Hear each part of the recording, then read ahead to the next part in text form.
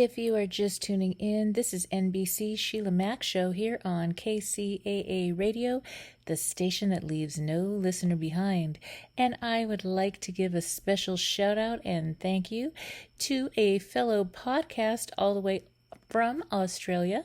This is the Growth Manifesto podcast. It is Australia's leading business, marketing, tech, and entrepreneurship podcast.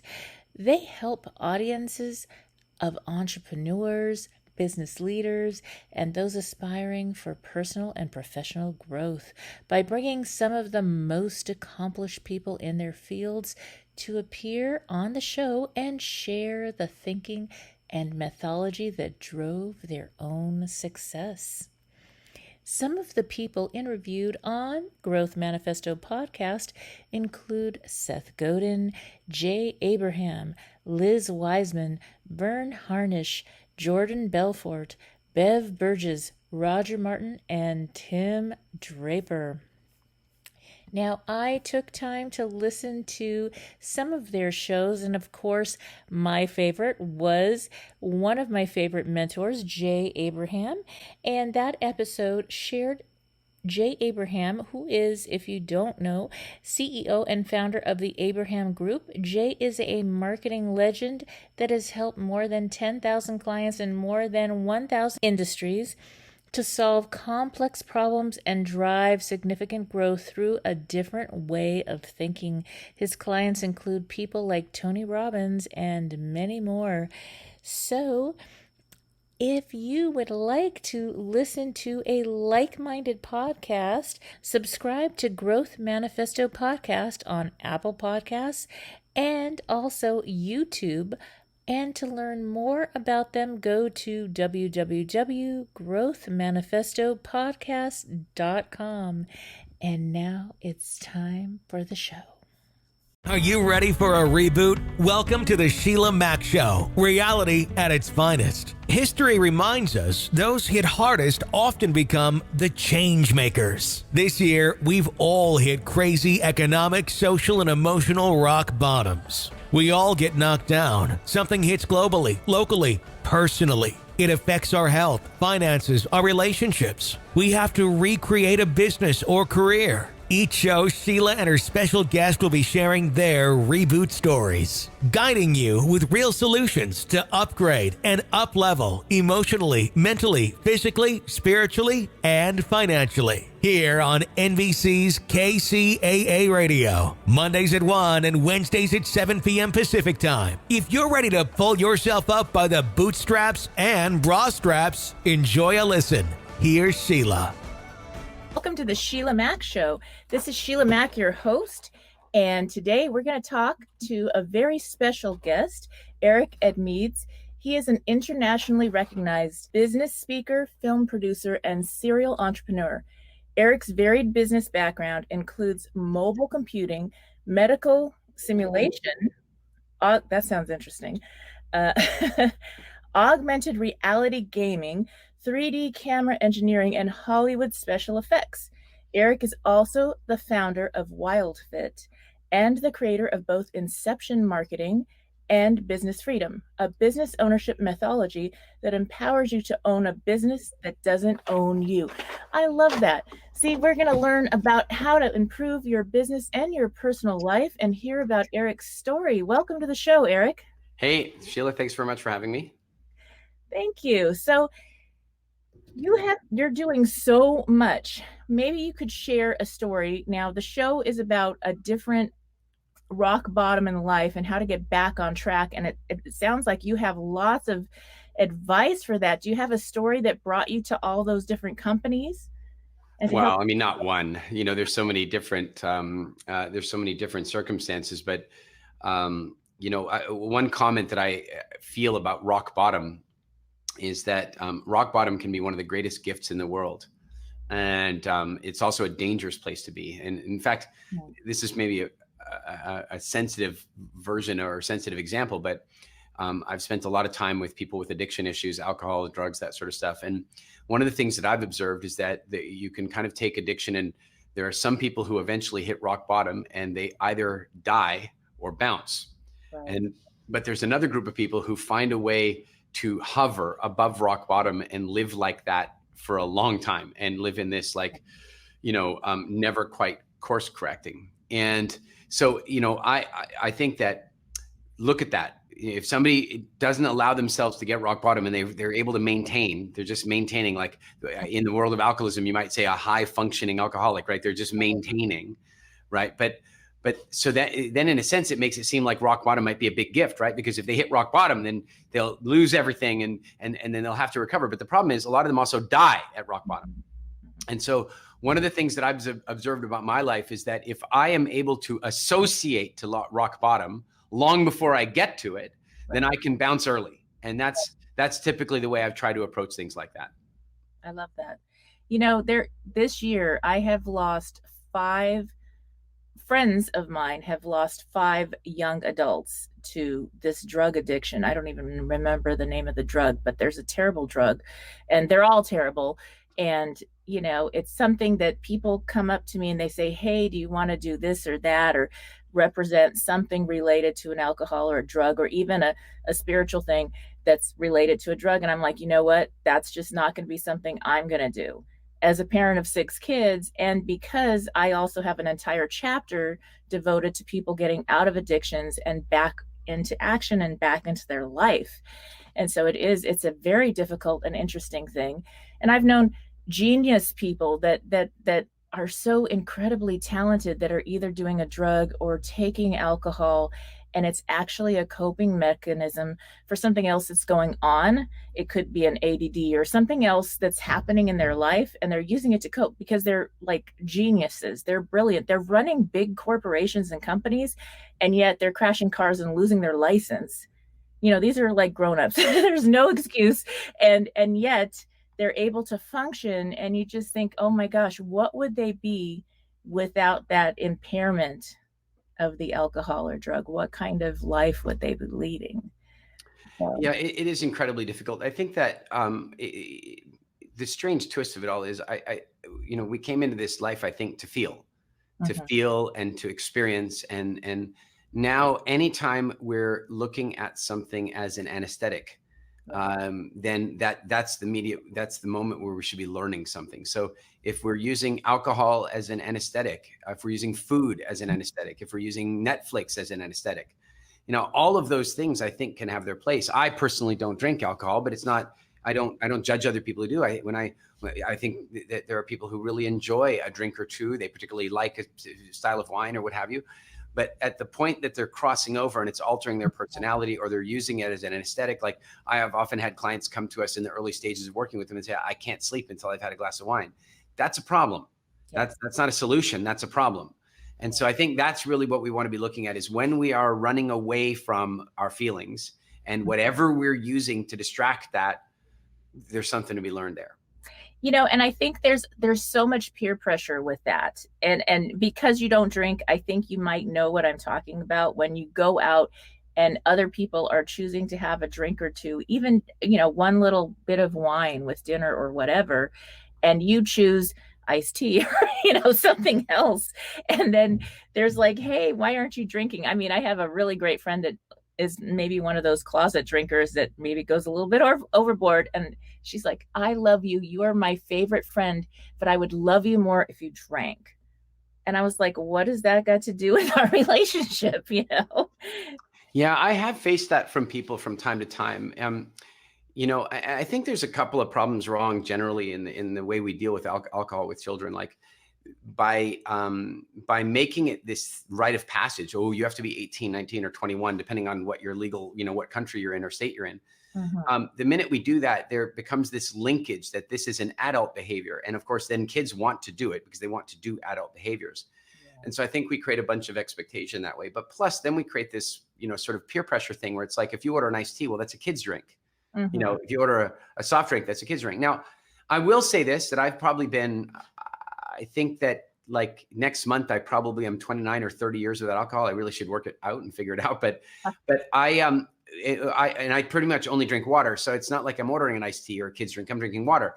Mm-hmm. But I can tell you this, 5, 7, 10 years ago, I got a lot of peer pressure. And now I get very little. I still do every now and again, but it's different. In the old days, it was like, oh, I wish you'd have a drink with us. Come on, have a drink.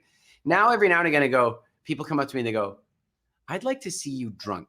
And it's more like a curiosity about what I might be like when I'm like that. But partly that's because I'm already so expressed. And one of the reasons people like to drink is that, and listen, I have some friends, honestly, Sheila, I like them better after they've had a drink. Honestly, like once they've had one glass of wine, they loosen up a little.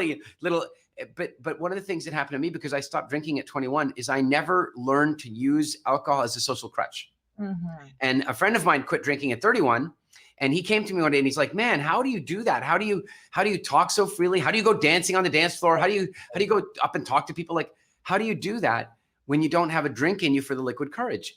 And I said, well, here's this first clue is I never learned to use the liquid courage as a crutch in the first place. That kind of helped. Yeah. And now I see this transition. I go out with friends. They have a glass of wine. I go to a party here on the pool deck. They have a glass of wine. Everybody's laughing. Everything's good. They have 2 glasses of wine. It's pretty good. By the time people are drinking the 3rd glass of wine, I'm leaving. And that is because consistently, once the 3rd glass of wine has happened, people don't listen to each other anymore. Mm-hmm. They don't like the topics become inane. All of a sudden, the Kardashians become incredibly fascinating. Like I am out. Right. Yes, I totally understand. And, we have lots of friends that are on that path to recovery and just barely 1 or 2 weeks into maybe not picking up a drink and making that switch.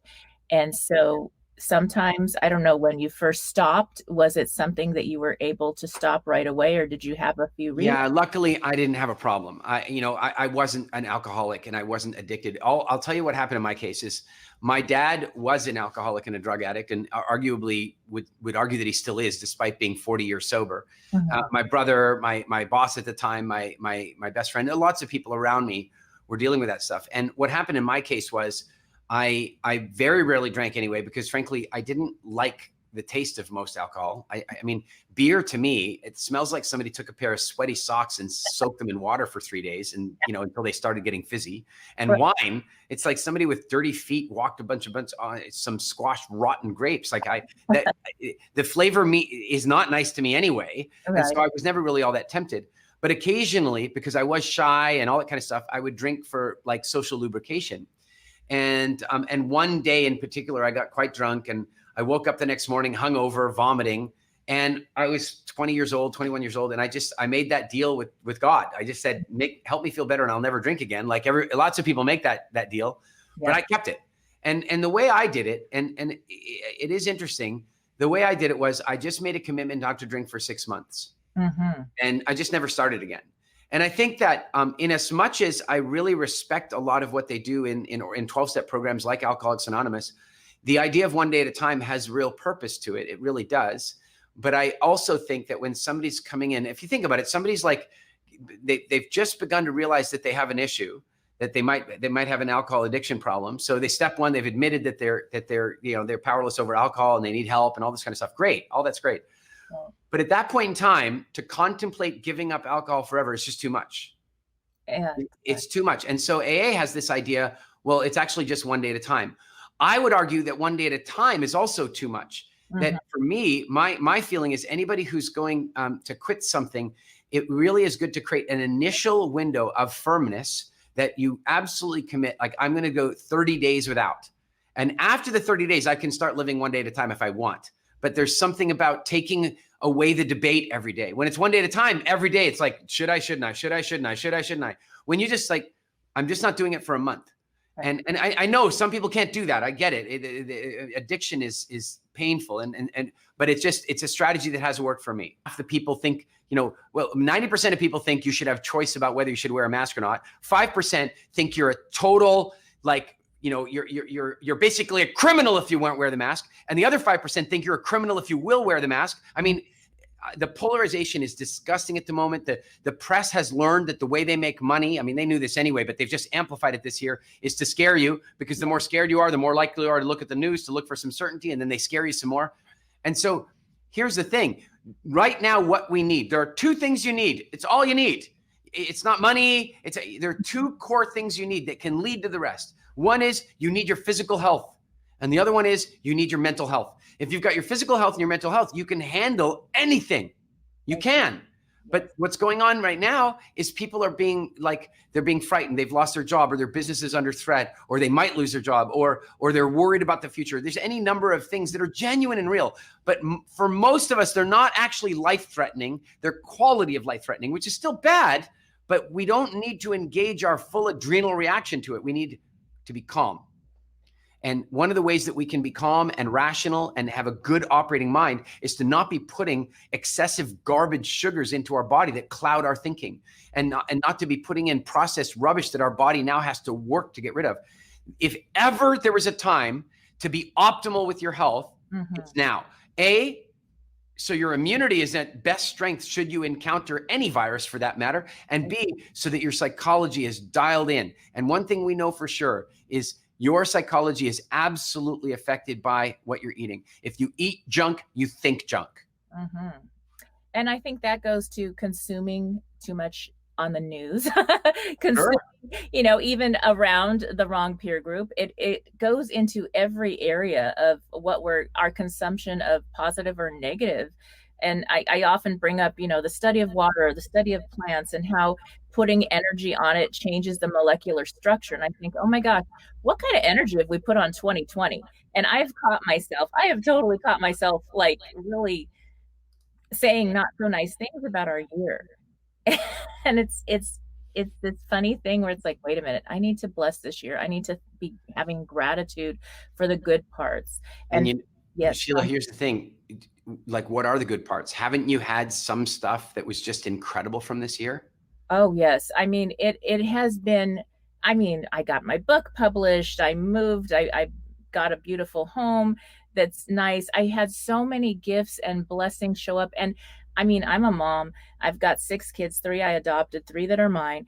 And, I did lose my son. That was very hard. That was in December. And, it just made me realize the value of our loved ones and the importance of family versus all this other junk that it's like, oh, nothing matters more than family and taking care of yourself and all these things. It totally shifted how we looked at it. And, when 2 of my kids came home, because college is now online, so they're home with me. And as a mom, I'm like, oh, okay, I confess I am loving spending time with my adult children, and we have a peaceful, wonderful relationship. So it's different. And we had a nice little time. We're sitting in the backyard, and my daughter said, Mom, if ever there was time that we needed a universal pause, it was now. And so this year, for us, we are the type of family that everybody's going to school, working. They're very productive. My son had a heart condition since 5th grade. He probably lasted much longer than we ever expected, but he was working, going to school, had a girlfriend for 3.5 years that he was, very committed to. And so, you think about that and you think, wow, how you live your life, we don't know. So every single moment, every single day really counts. It really does. Yes. So you've got WILDFIT, and that's something that people can find out more about. And you also have a couple other businesses that are related to business, the fitness of business. So the fitness of your body and then the fitness of business, right? Well, I suppose we have a company called businessfreedom.com that teaches entrepreneurship. Ultimately, there are 3 core areas that I've started businesses in, education businesses in. One, of course, is WILDFIT, because one of the greatest gifts I gave myself was my health again. And another great gift that I gave myself was learning about and understanding business, because frankly, I see entrepreneurship as I don't know, it's like entrepreneurship is the ultimate expression of personal freedom. If it's practiced correctly, it is the ability to make yourself royalty. It's the new royalty, is being a really successful entrepreneur with a business that runs itself, that allows you to live in the leisure class. And that is absolutely possible for people. That's how business is supposed to operate. And then, of course, we also have Speaker Nation, where we teach people about public speaking and communication, because that's also one of the greatest gifts I gave myself. I was so shy and so afraid and so terrified of public speaking that I couldn't walk into a room with 4 people. And so that I can today walk on stage in front of 5,000 or 10,000 people and love it. is a gift. And by the way, most people don't even want to do that, but they do want to feel comfortable in a meeting or raising money for their company or raising money for their charity or doing a job interview or any of that kind of stuff. And so I really enjoy helping people do that. That's wonderful. That's really hard to do for some people. And, you know, for others, it's like, you know, we can't shut up in front of the mic. That's me. I'm like good with that. Don't have me climbing high mountains, although Tony did get me to even take flying lessons. And so I'm kind of over the height thing, but we all have something to work on. And it does make a difference. I think about as a business leader, whether you are shifting now, a lot of people are starting to start their own little business. They're like, okay, well, now I've gotten laid off or my hours are cut and I need to do some little side gig. And then that is already becoming a better paying business than what they were doing working per hour. And so what kind of advice would you give people that are making that transition right now? You know, I think one of them is just have faith. And I know that sounds a little glib, but, you know, one of the messages I've been sharing with people a lot is that our nervous system evolved for many thousands and thousands of years where life was actually dangerous, you know, where death was something that our ancestors faced on a very, very regular basis, real danger. And we live in the safest times ever. And so sometimes I think our bodies get confused about the type of danger we're facing. You know, if you ask most people at some point in their life, they've actually been frightened by a piece of paper. Most people have. Call it a visa bill or a legal summons or you know, some kind of nasty letter. You know, most people have been frightened by a piece of paper at some point. Whereas our ancestors were frightened by things like having to climb very high in trees to get the food they want, or wild animals killing them, or other tribes, or the weather, you know, or living to, you know, exposure and all this kind of stuff. So one of the things that I think we all need to do is find a daily practice of calm, daily practice of calm, to remind our nervous system that while we may not like some of the potential consequences or some of the potential realities that we're facing right now, that we may not like them, but they're not actually life-threatening, and therefore we don't need that level of cortisol and we don't need that level of adrenaline. Remember, cortisol and adrenaline, they're designed to put you in this fight or flight response mode. And here's basically what happens in fight or flight response. Your intelligence takes a dip, your connection with logic becomes questionable, and any sense of empathy you might have had shrinks with the greater the intensity of the fear, the less empathy you have, which is why somebody drowning in a swimming pool can drown their own loved one, because they've lost empathy completely while they're panicking their way out of the water, right? So what we have to recognize is this is not a time to lose your intelligence, to lose your logic, or to lose your empathy. This is a time for operating at the highest level of intelligence, the highest level of logic, and the highest level of empathy for the people around you. And so with that in mind, we've got to find a daily practice of some kind, to call it in yoga, Tai Chi, Qigong, meditation, contemplation, a walk on the beach. But every day we have to find that moment where we can remind our DNA that while we might be a little nervous about stuff, it's not real stuff. Yes. You know, I had that happen when I got a tax audit, and I've never had that before. I was really busy doing my life, running my businesses. I also have more than one business. And so I get this tax audit and I'm like, what? And they said, well, you didn't pay taxes on an extra $350,000. And I was like, really? Income? And I was like, well, it was some kind of a $35 check. And the lady, this one year I had switched over to a different company.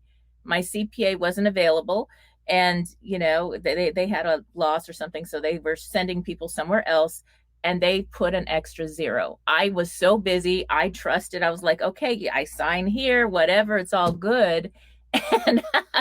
And my friends, I remember my friends were like, oh my gosh, I would just die if I had a tax audit. This would be the worst. And I was like, you know what? I'm going to pay my CPA finally returned. And I was like, I'm going to pay my good CPA that's always done things right. He's going to take care of everything. And that was, remember when the government shut down in the United States? Yeah. And it was so funny, because I called up and I said, how's the audit going? And he said, well, you know, the government shut down, so you can't even deal with your taxes right now. And I was like, oh, see, you don't give it any attention. It really does go away. and I laughed about it, and it was funny. And they finally, they resolved it. I owed nothing. I mean, unfortunately, I had to pay extra to the CPA to do the work, but it's like, let go of things that aren't so important, or delegate when you can. And I think because I was detached I was like, well, the worst thing that happens is I have to pay them something and make an arrangement, whatever it is, I don't know. And I'm not going to die from this. This is not the worst thing that could ever happen in my life. Sheila, it's funny you mentioned the government shutdown, because if you're talking about the Obama one, I owned a company at the time, and we were I owned a couple of companies at the time. One was in Hollywood, special effects and stuff, and I think I still had that company at that stage. But the other one was manufacturing hyper-realistic medical simulation devices for the U.S. Army, simulating particular types of injuries for medical training. And it was an award-winning product. We'd won awards from US Congress, from the Army, and we had all these orders in for the next year. And then the government shut down. And because our biggest client was the government, what ended up happening was every purchase order that we got vaporized out of the system. And it meant that it was have to go through the entire government process again, but that takes a year. So it meant that all of a sudden, like, I don't even remember now, probably several $1 million worth of sales suddenly just disappeared. And we have all this staff, and they're union staff. They're very expensive staff. And we have all the and in that moment, it absolutely looked like it was over. And I remember the adrenaline pumping through me, and I feeling terrible, couldn't sleep. And then I remembered to take a walk in the forest to remind myself that at the end of the day, I'm still going to eat. I'm not going to, we don't know what's going to happen here. So there's no point worrying so much about it. And even if the worst happens, it's just going to be another chapter that's closed, and then I'll start another chapter. I can't, it is what it is. Right. And I'll tell you, in the end, an even better stoic person at that point in time was my business partner, John, and he just buckled down and he did some real magic. I think we both ended up doing a bit of magic here and there to make things happen. But at the end of the day, it got turned around. We managed to survive the toughest times. We got it up. We got the business back on its feet, and then a year and a half later we were exiting, and so even in the moment when it looked like certain death, it looked like certain over, even then it wasn't. And so that's the other side of it is that even when you think things are going to go really badly, A, maybe they're not, and B, really badly might not be that bad after all. It may be your biggest gift. I really think there's some magic in that, at least for me, when I find that gift, that situation that, okay, that brought me more resilience, it brought me new friends, it made me make a big shift, then to something more positive, the minute I find the gift, it's like the problem dissolves. It disappears completely. It doesn't exist anymore, because then I'm just focused on the positive. And I think finding the gift, how can you find the gift in some really serious, sad, difficult situations this year? It's not as easy, but there's always something something you can be grateful for, even when it's a tough situation. And you can say, wow, I have gratitude for my son's life. I have gratitude for, I lost my house to a fire in 2017 with our California Ventura fire. I lost the house, the car, the cat, which it was terrible. And that was why I wrote my book, because I was like, whoa, you know what? I got back on track within a month, and I was sent to Beverly Hills. I never thought I'd be living in Beverly Hills and working in a beautiful penthouse with a team and doing all these amazing things and making so many new friends and this and that. It was a gift in a way, but it took a few minutes. And yet when I went back, I ended up staying at this little prefab house that I was renting. And when I went back there, I thought, oh my gosh, everybody around me in this little neighborhood, they're still complaining about the fact that there was a fire. And I'm like already moved on. And so and it's so tough too, because if you simply move on, part of the problem we have is when we're mourning something, when we've lost a relationship or a loved one or a house or whatever, there's a bunch of different healing that has to happen. There's our own healing, but then there's the healing of our social network around us, right? And that's actually quite difficult, because especially if they were affected by the same event, because all of a sudden you're like, oh, well, I've moved on. And they're like, did you not care about your home? In other words, it's almost like you lifting yourself up is like there's sort of a peer pressure to not recover too quickly. Exactly. And so one of the things that I feel about that is recover quickly and quietly and move on with your life, and don't be preachy about it. Don't tell, the minute you start going, look, it's just a house. You know what? Everybody has to heal in their own speed. Yes, exactly. And, I mean, it wasn't like we didn't grieve over it. It was really hard. But at the same time, I don't know if you've ever met anybody that gets stuck. They get stuck in 25 years ago, XYZ happened. Yeah. Like literally.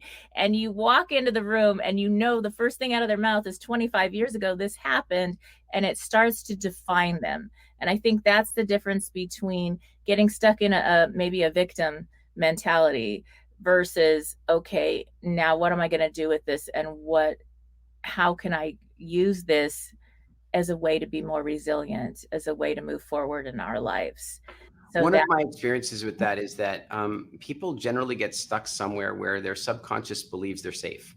Mm-hmm. So, in other words, somebody had some kind of, childhood trauma, for example, and then it causes it causes a pattern of behavior, and that pattern of behavior may continue to be difficult for them. Like it may continue to cause pain for them, but because that pattern of behavior served them really well when they were 3, right, they've got this like rule that that's how they should continue to live, because on some level their subconscious believes that they're safer that way. Mm-hmm. And I heard this silly example, I can't remember where once, but it was like if a child is up on the couch and an 18-month-old or year-old child is on the couch and crawls off the couch and falls onto the blue carpet, there's every possibility that the child is going to learn that blue is the source of pain. Mm-hmm. And actually that might be a good thing, because in the future, when they get to the end of the couch, you're gonna look down and go, look, is that blue? That's that pain thing. And so for a little while, it might be serving them to feel that way. It might actually be helpful. But then there's going to come a time when, first of all, it was never true anyway. It was true in only that context. And there's going to be a time when a fear of blue is going to be constraining for them. And so in that case, they will eventually let it go. But with some of the less obvious stuff, they don't, because people don't. They get stuck. And where they are stuck is that on some level, they subconsciously believe that they are safer stuck. Yes, that is beautiful. That is a great way to share about that. So getting unstuck, what examples or ideas would you have for people to just, when they realize, I think awareness is like the first step. But well, Sheila, sometimes it's awareness is obviously important, and sometimes it's just a matter of, I hate to quote Nike here, but sometimes it's a matter of just do it. And what I mean is, look, you take somebody to the high board at the diving pool, right? Or cliff jumping, right? And what happens is they go up to the edge of the cliff or the edge of the diving board, and they really want to jump. Mm-hmm. They really want to jump. They've been setting the goal. It's on their vision board. They want to jump.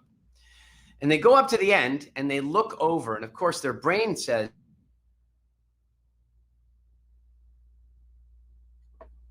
I think, And so as the brain is saying that, the feedback comes in, and all of a sudden there's a hesitation. And here's the thing: the longer somebody hesitates, mm-hmm. the less likely it is they're going to jump.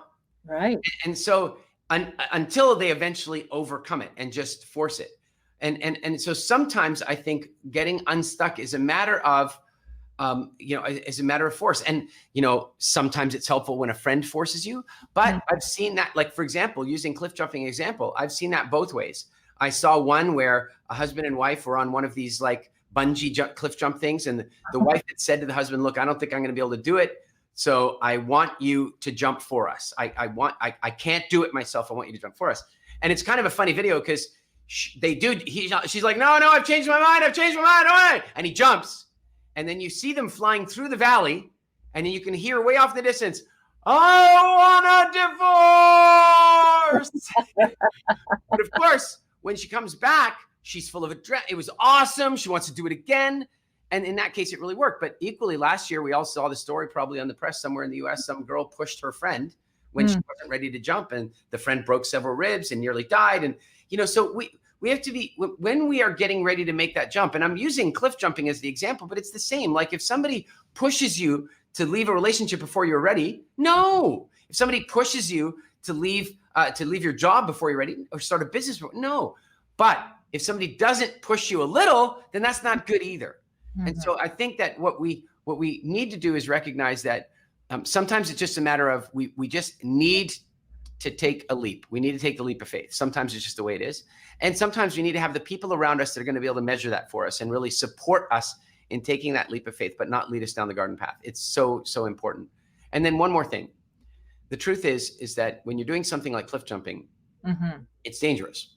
Right. And what you're hoping is that you've seen a whole lot of other people jump. You know the water is absolutely clear, and you're hoping that that whole thing is vetted. But a lot of the stuff that we're hesitating about, nobody's tested before. Nobody else has been you quitting your job, starting your new thing, or leaving your relationship, or starting your business, or whatever the thing is that's been going on for you.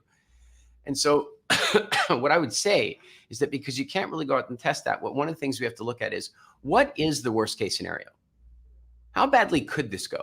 And is that likely to happen? And I went through that very thing around the time I was talking to you about when the government shut down. It's like, what is the worst case scenario? We have to close it down, bankruptcy, layoffs. That's the worst case scenario. But at the end of the day, I have skills, I have knowledge, I have contacts. I'm going to find another business opportunity, another job. It might be hard times for a few months while I do that, but at the end of the day, I'm going to be fine. I'm not going to stop eating. And when you begin to recognize that the worst case scenario is almost never as bad as your subconscious makes it, then it starts getting a lot easier to jump. Exactly. That's so good. And I think, like you were saying about leaving a relationship when you're ready, or starting something, or jumping when you're ready, it could be small steps, starting a small business on the side, see how it goes, and slowly you're easing into it instead of jumping. And that may be better depending on your family situation and your financial needs and ability and your time. And I think it's really important this year that we love ourselves through it. Like, we have to hold each other accountable, but love ourselves through these times when we didn't jump, when we weren't quite ready, because that's part of the process also, is getting ready to do something. And I think sometimes we all have to fall a million times when we're learning how to walk, and yet that's what we're supposed to do. And so there's going to be lots of steps. I also help women get out, a lot of women, it could be men too, get out of abusive situations. And their friends are like, well, why didn't they leave sooner? Well, you know what? You got to be patient, because they could be risking their life or their children's life to get out without the proper steps and support groups in place to keep them safe. And Sheila, even before that point, because there comes the point where a person in that situation knows they finally need to get out. And you're right, they have to do the right things. But how about another version? Another version is that long before they finally realized that they needed to get out, their subconscious kept them in, because somehow being in that situation was safer than not being. And that's a huge illusion and delusion, but it is how people often feel. It's like, well, this is what I'm used to. This is what I had when I was a child. This is how I get my love communicated. This is how it is.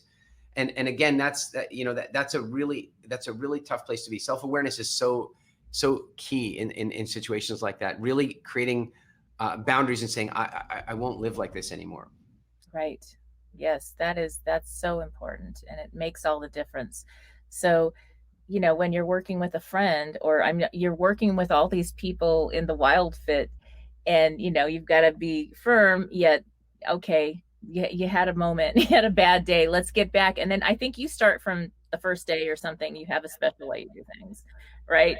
So it's one of those things where you get back up, and you go and you start from where you need to start, and you just you don't get stuck on that one day that didn't work out.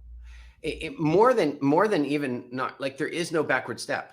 In my understanding of the way time works, there's no backward step. Like, at the end of the day, you try something, it didn't work, you now found another way not to do it. I like that. I love that. That's great.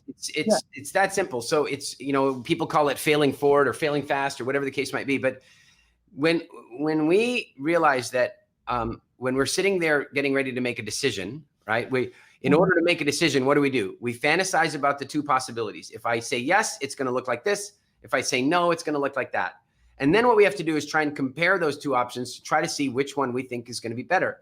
But the truth is, we're comparing two fantasies, neither one of which is actually going to be the truth. And then on top of that, we try to compare the fantasies on different time frames. So I often talk about this in the context of having children, like a couple sitting there going, well, should we have a child? Yes or no?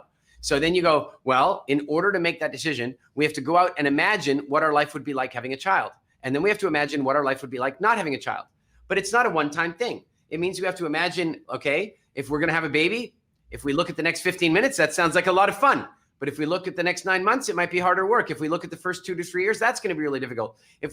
But hold on a minute now, there's a graduation from high school. There's teaching them how to swim. And so every time we're going, yes, no, yes, no, yes, no, we're frying our brains. Mm-hmm. We're frying our brains trying to make an impossible decision. And in the end of the day, the truth is both were going to be fine. Right. Both decisions are going to be fine. The truth is, I think you only really need to go look at one time frame. And that time frame is you sitting in a rocking chair at 90 years old, looking back on your life and going, which do I think I would have preferred? Mm-hmm. Yes. And that it does, how do you have 6 kids? I raised 6 kids. I ended up bringing 3 extras into my home, and people were like, that's impossible. I had to be so organized and a time management. That's not my thing, but it became my thing. And it became easy because it actually served me. So sometimes we have to go to that one thing that we don't think we're good at and say, oh my gosh, we really are good at that. Sometimes we don't give ourselves the opportunity. And maybe this year, with things changing so much in business and life, we get to find out things that we're good at that we never realized we could even do. And I think that's a big gift in this year. So let's see now, what advice for public speaking, what advice would you give people that really want to get into that public speaking realm now that we're speaking from our computers? Yeah, we could do 4 hours on that. I think if I can give you some nutshell examples in terms of what makes it work, using storytelling. People really, really can connect with a story. They can associate to the story. And, it's a very valuable way to teach people. People learn largely by experience. They learn far better from an experience. And since you can't always give them the experience physically, a storytelling allows them to have the experience in their mind. And so storytelling is really important. But more than that, I think that it's recognized that it is one of the most powerful forms of influence on earth today. And it transcends space and time, because these days you can just do it across the internet anytime you want. You don't even have to have an audience. Mm-hmm. And so it's worth investing in. It's worth learning about it. It's worth practicing. It's worth joining Toastmasters or Speaker Nation. It's worth going out there and finding a mentor that can support you. It's worth watching videos on YouTube and what have you to learn better techniques about getting better and better. It doesn't really matter whether somebody wants to run for political office, or they want to raise money for their company, or they want to make a proposal inside their company and their job, or they want to just communicate better with their children, or anything. The fact is that when you become really comfortable with communication, it changes your entire quality of life. Yes. And I think it's really interesting when you say that, getting comfortable with the mic. I remember going to my grandparents' business with 200 employees, and they would make me announce the breaks on the microphone, on the loudspeaker at 3, because they thought it was adorable. and so for me, it's like, but that's just what you do. You always talking in front of 200 people. Well, that's like every day when you're 3.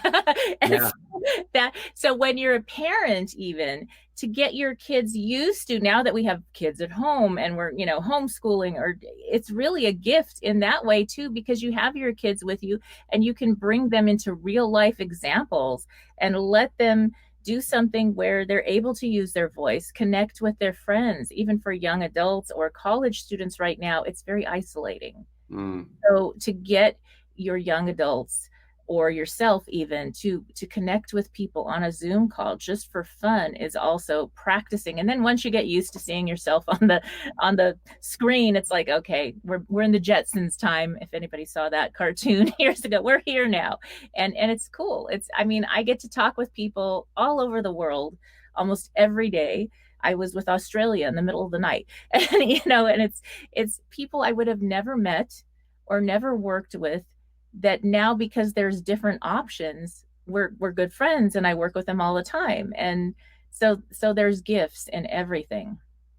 Absolutely. Yes. The other thing, just, if we're just going to get down to practical stuff, I don't really care what somebody does for a living. If they're comfortable communicating, it can exponentially change their income in that same space. If they're an orthopedic surgeon or a salesperson or a general manager of a company or an entrepreneur, it doesn't really matter what people do. If they are effective at communicating, effective at getting their points of view across well, then it can have an exponential impact on their opportunities and income. And that's not irrelevant. Yes, and even you were mentioned politics, and it's political season here, and we won't get political yet. In that, it's sharing your voice. A lot of people are getting ready to voting your voice, and getting involved in community. Whether you vote or not, or how you vote doesn't matter. But getting involved and helping people in the community, that is going to get you out of a rock bottom, because you're out of your problem and you're helping and you're contributing. And when you're in contribution, it's like impossible to be in a sense of lack at the same time, and so that really is sharing your voice. So we're coming near the end of the hour.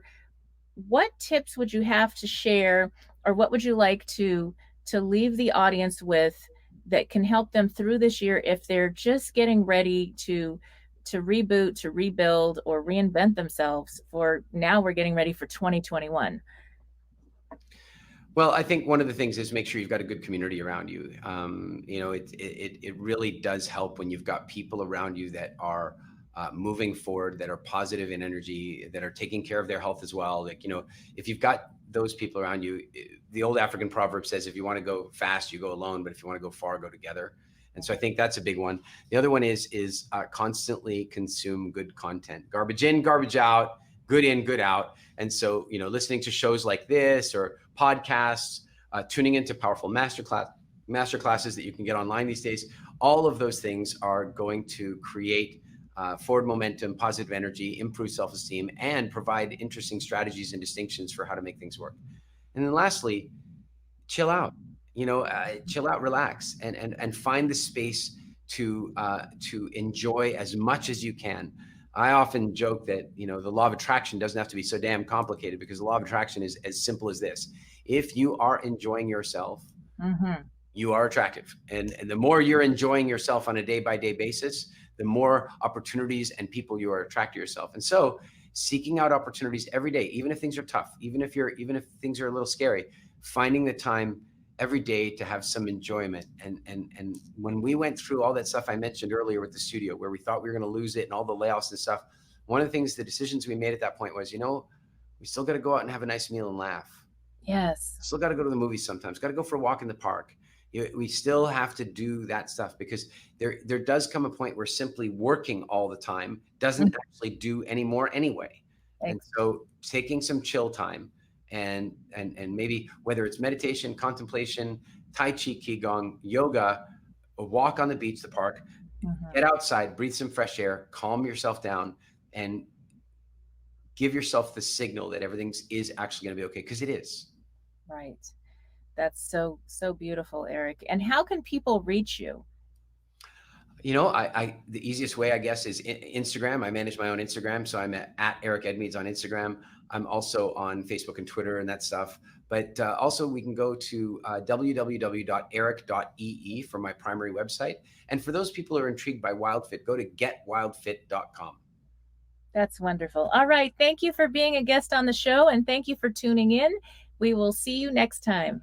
If you are just tuning in, this is Sheila Mac's show here on NBC's KCAA Radio, the station that leaves no listener behind. And I am your host, Sheila Mac. Today, I'd like to thank one of our sponsors, and that is the author, CBT Workbook for Adults, Tara Wilson. Now, I am really impressed with this book. Now, here are some of the main conditions treated through what this book discusses, which is CBT, or cognitive behavioral therapy. So some of the things that CBT helps people with are sleep disorders, mood disorders, ADHD, attention deficit, hyperactivity disorder, anger, OCD, obsessive compulsive disorder, eating disorders, substance abuse, phobias, trauma, COVID-19 included, and self-harm. The role of mindful practice is crucial into this self-improvement journey. It doesn't matter how old you are, everybody can benefit from practicing mindfulness. It may help to reduce anxiety and increase happiness. Over time, CBT, cognitive behavioral therapy, can guide you through the process of generating a more realistic version of situations and provide the tools necessary to cope with them. You can begin to understand that negative emotions will pass, much like a dark cloud on a sunny day. So you can order your copy again. It is now available. It is the CBT Workbook for Adults, now available in audio on audible.com or amazon.com.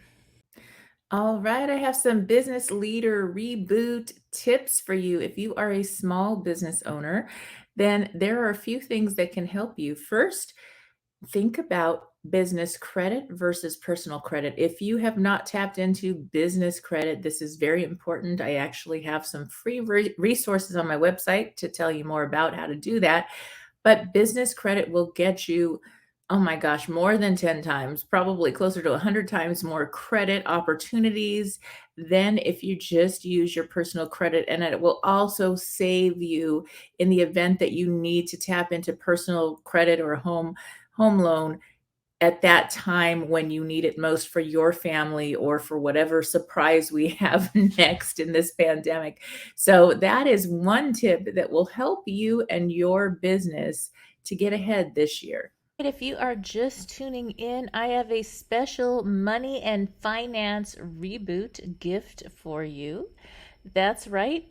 Right now, if you go to www.SheilaMac.com/money-reboot, you will get some prizes. First, you'll get access to $30 for $30 in groceries, gifts, or business expenses at most brands you shop at. This is an app and free gift, so $30 to spend and receive $30 back. That works all day, every day. And you will also get a debt-free guide to rebuilding your credit, as well as the third thing you get is a video series to start a profitable side gig. All right, so you just need to go there. That's my gift to you this holiday season, $30 for 30, and it is free. That means free gifts for your holiday shopping or business shopping this year. Go to www.SheilaMac.com/money-reboot. Have you lost your job? Have you lost a loved one? Are you exhausted caring for your parents, for your kids? Well, you can find immediate relief when you read Sheila Mac's new #1 bestseller, Bootstraps and Bra Straps. It contains the Boots formula to move from rock bottom back into action in any situation, especially right now. If life has knocked you down, pick yourself up with Bootstraps and Bra Straps. Get your copy at www.SheilaMac.com today. Thank you for tuning in to the Sheila Mac Show, reality at its finest, where we share real situations with real solutions to help you rebuild, reinvent, and reboot your life on your terms. I'm your host, Sheila Mac. I'm giving you some homework. Grab a copy of my bestseller, Bootstraps and Bra Straps, to learn the formula to go from rock bottom and back into action in any situation. If you have a burning question for the show, send it in to www.dearsheila.com. Tune in again Mondays at 1 p.m. Pacific Time and Wednesdays at 7 p.m. Pacific Time, right here on KCAA, the station that leaves no listener behind.